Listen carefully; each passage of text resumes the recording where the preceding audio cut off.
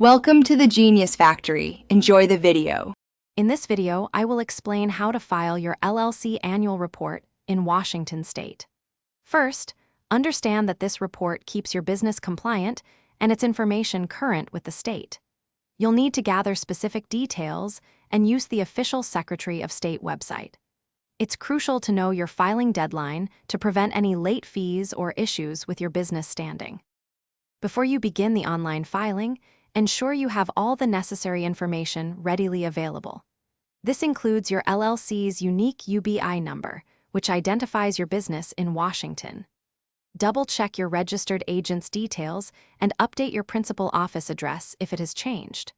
Also, confirm that all member or manager information is completely accurate.